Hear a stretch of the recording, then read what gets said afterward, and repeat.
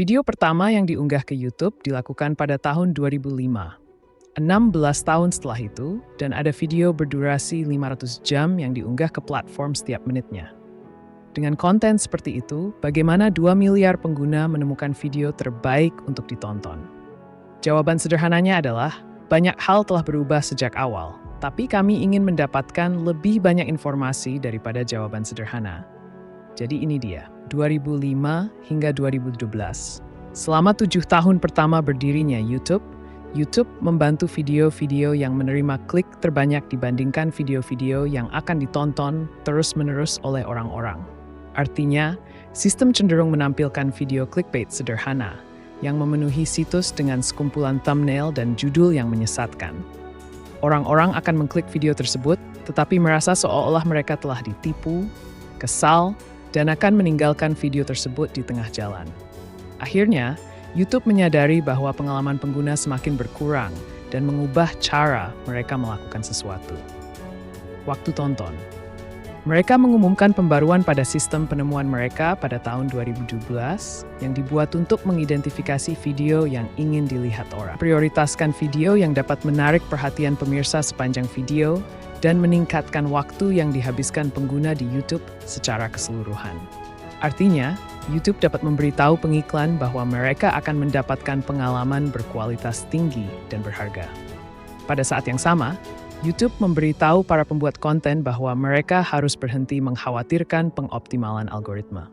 Sebaliknya, mereka mendorong pembuatnya untuk terus membuat konten yang ingin ditonton oleh pemirsa. 2016, pembelajaran mesin YouTube mengirimkan white paper pada tahun 2016 yang membuat heboh.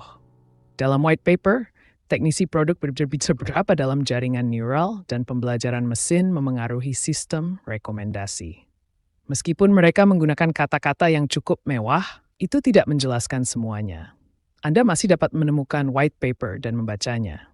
Namun meskipun Anda dapat memahami apa yang mereka katakan, itu tidak sama dengan mempelajari res rahasia mereka.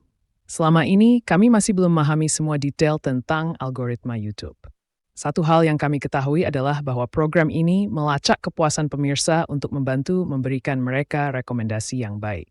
2011 hingga 2020. Keamanan merek, konten perbatasan, dan demonetisasi. Selama beberapa tahun terakhir, YouTube harus menjawab banyak pertanyaan tentang algoritma dan apa yang dipromosikan dan tidak dipromosikan. Susan Wojcicki, CEO YouTube, mengatakan bahwa YouTube menjalankan tanggung jawabnya dengan serius, dan mereka bertujuan untuk mencapai keseimbangan antara opini yang adil dan luas, serta memastikan bahwa informasi buruk dan berbahaya tidak dibagikan ke seluruh platform.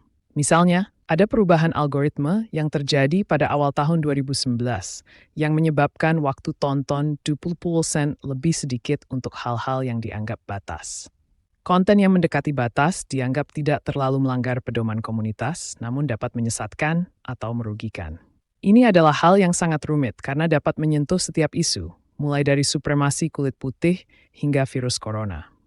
Pada bulan Maret 2020, pembuat konten YouTube mengatakan bahwa video akan didemonetisasi jika menyinggung keberadaan virus corona. Sementara itu, YouTube menyatakan bahwa mereka ingin mengizinkan penggunanya untuk berbagi pendapat, namun mereka tidak ingin pendapat yang berbahaya dibagikan. Wojcicki mengatakan bahwa ketika orang mengunjungi YouTube untuk mencari topik virus corona, rata-rata 94% video yang mereka lihat di 10 hasil teratas berasal dari saluran dengan otoritas tinggi. Sebagai pembuat konten, ingatlah bahwa hanya karena Anda mendapatkan imbalan berupa pendapatan iklan dan visibilitas atas konten Anda, bukan berarti video Anda tidak akan mengalami demonetisasi jika Anda melewati batas. Pengiklan juga berupaya memastikan bahwa iklan mereka tidak membantu mendanai teori konspirasi dan anti-vaksin. Saat ini, YouTube mendemonstrasikan konten yang berisiko untuk melindungi merek, sekaligus memberitahu merek bahwa tidak ada jaminan 100% untuk keamanan merek.